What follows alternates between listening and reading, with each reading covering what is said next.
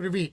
I'm Chuck Olinik, a Ukrainian-American who was baptized with the name Yaroslav, which is also the name that I use in the Society for Creative Anachronism, a historical reenactment organization. And because of my background, I developed a real strong interest in Eastern European history, especially Ukrainian history.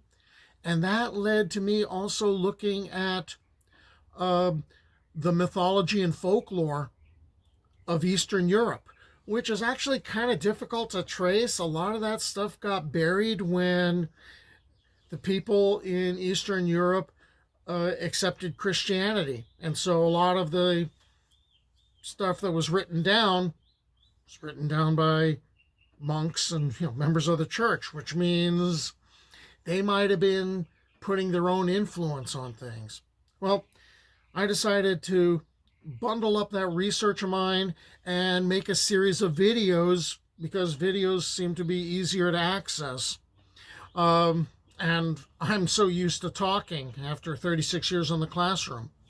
So in this video, what we're going to do is we're going to wrap up the pagan gods that were on Starokievska Hora, or Old Kiev Hill in Kyiv.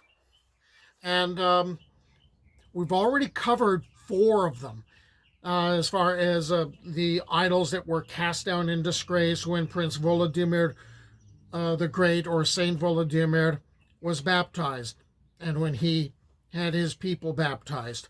We covered Perun the Thunderer, and Veles, the trickster god, who was the rival of Perun. We covered Disgrace, the sun god, and his daughters, Disgrace maidens, who protect the world, and Simarhil.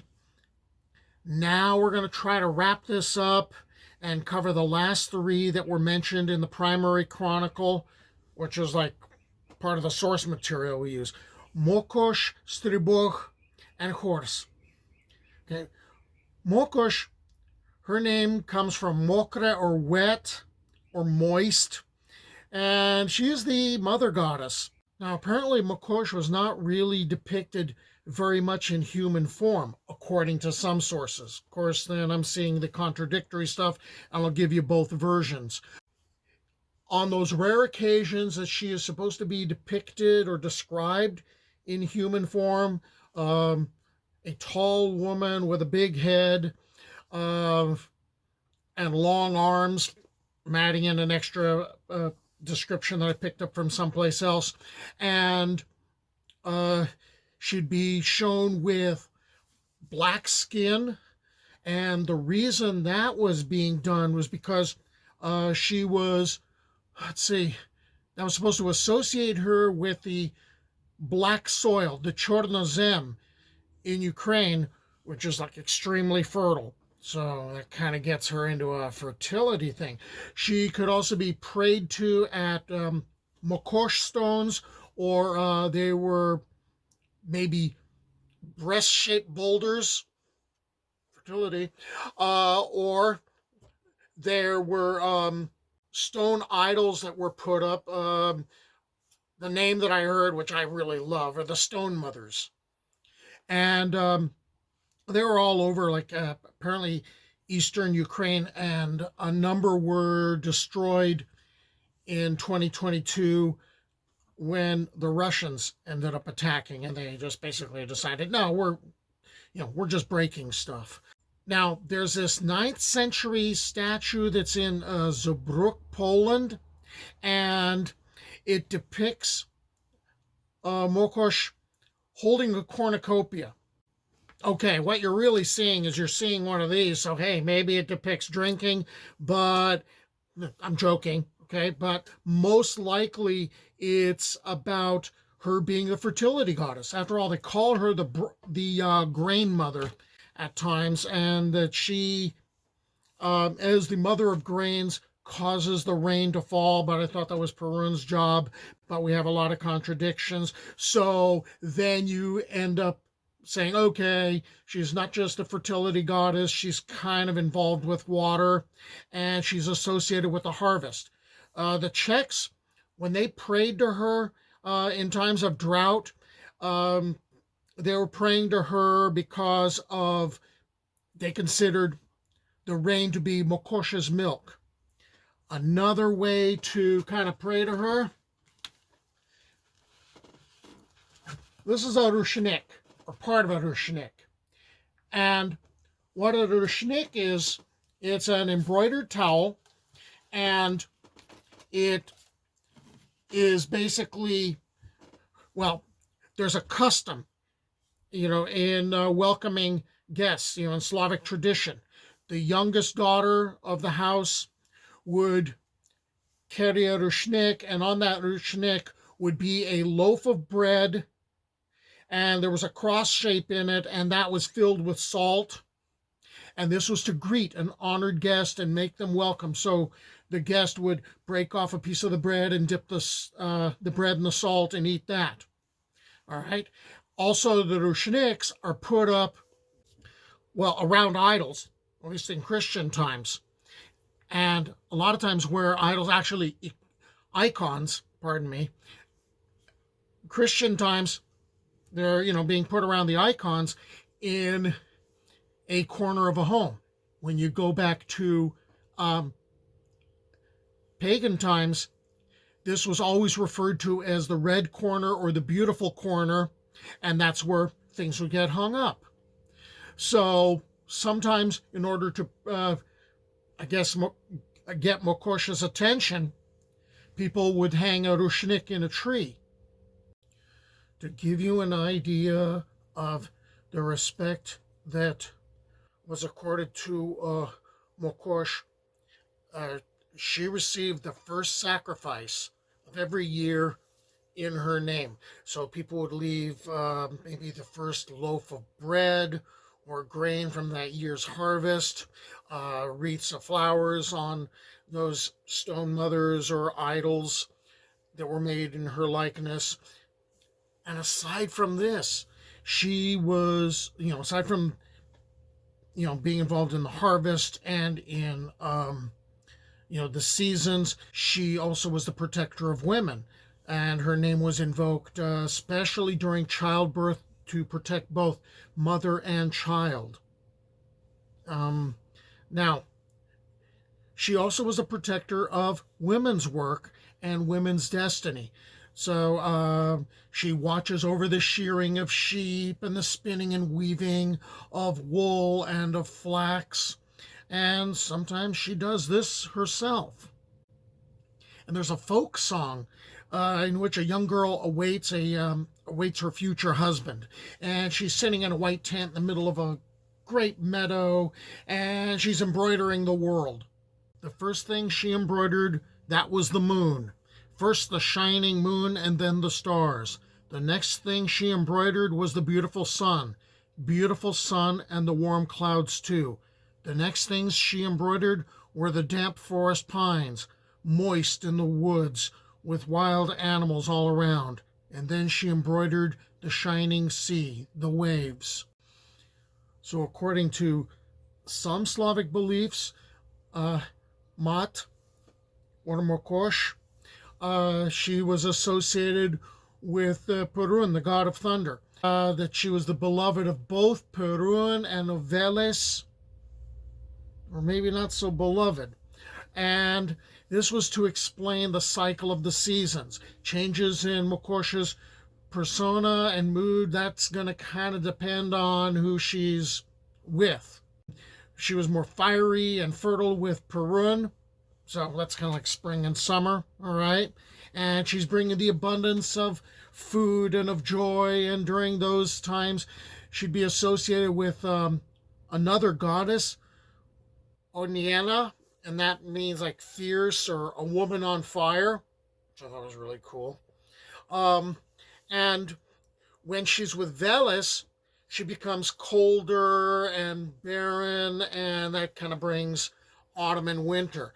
And that's sort of like the Greek mythology with Persephone, being taken by Hades, and, her mom, all depressed, So there's the agreement that's reached. Okay, part of the year you spend it with mom above the ground, part of the year you spend it, with Hades. In some versions of the myth, this isn't that friendly a deal of, of Mokosh going, okay, it's time, I'm going back down there. What's supposed to happen, according to some of the myths, is this is bringing in the conflict with Perun, the chief of the gods, the god of thunder, and Veles, who is god of the underworld and the moist or dark earth, kind of like Mokosh. And what Veles would do, because he's the shapeshifter and he's the trickster, climbs up the world tree, and in some cases he steals Perun's children, or he tries to steal other, like objects that Perun says, no, you can't have those. Well, there's a number of the legends that say, nope, he's kidnapped Mokosh. And so when the seasons change, that's an explanation of, all right, Mokosh is around Veles, and maybe the seasons transform back because Perun is successful and chases Veles off. These relationships between the gods and the goddesses get complicated. In some parts of the Rus lands, you were not allowed to break the earth or start plowing before March 25th. That was a big taboo. When plowing commenced at dawn, the farmers were supposed to offer prayers to each of the 4 cardinal directions, and they're pouring hemp oil on the fields, and they're asking Mokosh to subdue all sorts of evil things. And the prayer goes something like this.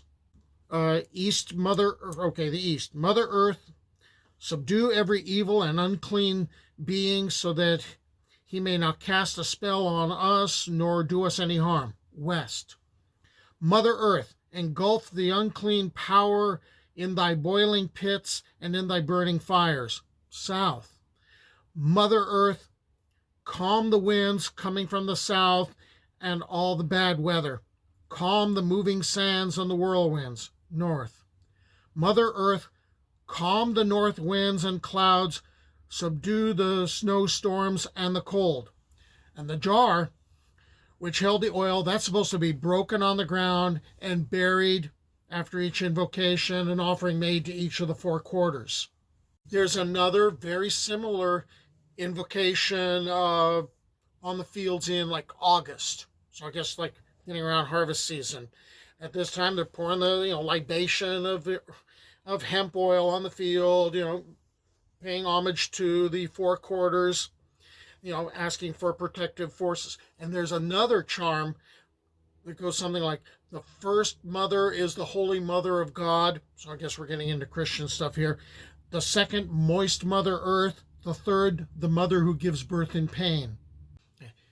In the days of Kyiv and Rus, Mokosh was also considered a champion of justice, even though Perun was like the god of justice, and also a wise prophetess, and she did not require a priestess or a shaman to intercede. As far as she was concerned, you could ask her anything and she would tell you, but it was up to you to be able to interpret the signs correctly. Now, if a plague hit a village, the old women secretly summoned all the women at midnight, which is what I would suspect anyway. And there were supposed to be 9 virgins that were selected and 3 widows. And one of the widows is hitched to a plow by another one. And the widows are clutching skulls and the virgins have scythes. And they're going to plow a furrow around the village. And they're shrieking. And that's supposed to attract the attention of the goddess, who shows up and gets rid of the illness. Any man that happens to go outside and runs into this shrieking procession, the women are supposed to cut him down with the sides. So, yeah, you hear a noise like that, don't go outside to check. All right. This ritual was supposed to have been found going on inside the Russian Empire up until like World War One. So this hung on for a long time. Slavs also swore oaths by touching the earth. If you're dying, you basically dig a hole in the earth and you confess your sins into the hole before you leave. All right. Oaths and marriages are confirmed by either maybe swallowing a lump of earth or clump of earth, or maybe holding some on your head while you swear an oath. In a lot of Ukrainian and also in Lithuanian lamentations, there's pretty much this idea that, where a lot of imagery that's used, that when you die and you're being buried, you're being returned to the womb, or so the moist earth imagery is showing up all over the place, because Mokosh is also considered man's cradle and nurturer during one's lifetime, and the place one goes in death. Now, when Christianization hits, the church is trying to turn Mokosh into basically the Virgin Mary, and that's not entirely successful. So Mokosh starts getting identified with Saint Paraskeva or Paraskevi, and the Southern Slavs would basically take her on as Oyena Maria, and so the festival of Mokosh is going to turn into Saint Paraskevi's Friday, and that would be like November 10th or October 28th, depending upon which calendar you're using. That primary chronicle, or the Rus Primary Chronicle, which was originally compiled by the monk Nestor in Kyiv around 1113, that's the very first documented reference to the god Stribog. And Volodymyr began to reign alone in Kyiv, and he set up idols on the hill outside the castle, one of Perun, made of wood, with a head of silver and a mustache of gold, and others of Khors, Dashbog, Stribog, Simarhil, Mokosh. The people sacrificed to them, calling them gods.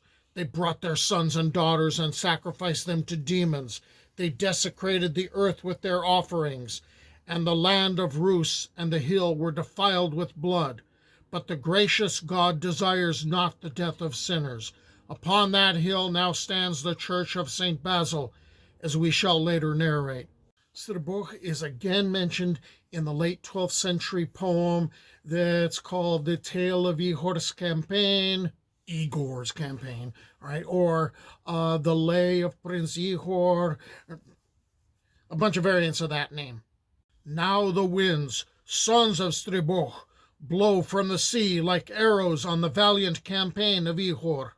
Stribog is the wind lord. He's the god of the winds and the air and the sky, although some say he is the god or ruler of the winds and frost and cold, which might be another god's territory. According to some myths, he's the son of Perun, and he was created by the wind made by swinging a hammer.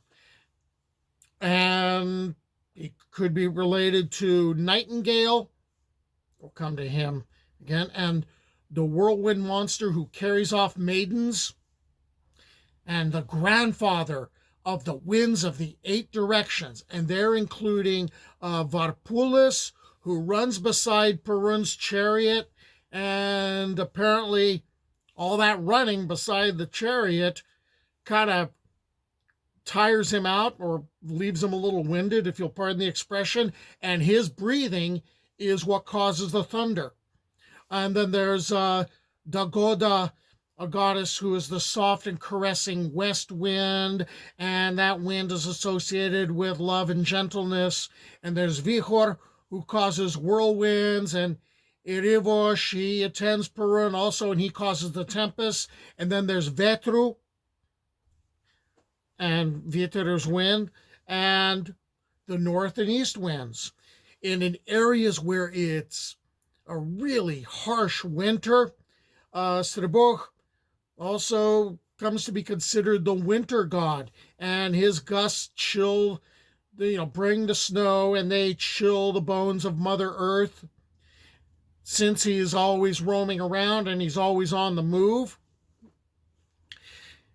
Stribog can get in anywhere. But you pretty much know that if you live in a windy area. Stribog's name is interpreted as the spreading god, which is kind of interesting as far as being a wind god. And some call him the distributor or apportioner of wealth, which spreads as far as his winds will blow, which they could blow more in my direction.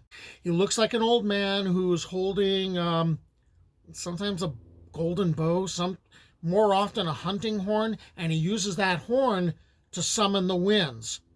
And Stribog is not really the most social of the gods. He doesn't really hang out with the other ones, but he comes quickly, probably at the speed of the wind, when he's needed. And while he has a lot of really great qualities, people admired him because his gusts of wind help blow away the winter and help blow spring in. At last, we're getting to the last of the 7 gods that were mentioned on the hill in Kyiv. Khors is one of the more mysterious of the pagan gods. A lot of his functions aren't really clear, but we know that he was important enough that he had a statue by Volodymyr's palace, and there's only a couple of sources of information, and there's the primary chronicle that mentions that Khors is up on the hill. And he's also mentioned in the Lay of Prince Ihor, or Prince Ihor's campaign. Prince Veseslav was a judge for his subjects. He distributed cities among princes, but by night he ran like a wolf. From Kyiv he ran to Mutarakan before the cock crowed. As a wolf he ran along the road of the great Khors. So the route that Prince Veseslav takes along the road of Khors, that's going to be that's kind of a clue for us. It's basically this idea of Khors travels along this one road, this one path. And it's sort of a reference to the sun making its journey across the sky. Okay, so Khors, in a number of references or a number of sources, he's a sun god, except he's not the sun, that's Stribog. He represents the winter sun, which appears smaller in the sky and doesn't give as much warmth. And as the year progresses and we reach the solstice, that's when Khors dies. And on December 23rd, Khors is reborn as the new sun. So at the solstice, Slavs are doing a ritual chain dance. It's called the Horo. It's called that in Bulgaria, and the Serbs have a similar name. And they dance this out in fields on happy occasions. Ukrainians and Russians, they call it Horovod. Because of this transformation, Slavs are worshiping Khors as a god of healing and survival, triumph of health over illness, because, hey, he comes back. All right. That's what Eastern Slavs say, and Southern Slavs. However, you go to the Western Slavs, like the Poles, Khors is considered to be the moon rather than the sun, and in some cases acts as kind of like a match for Stribog. Who knows?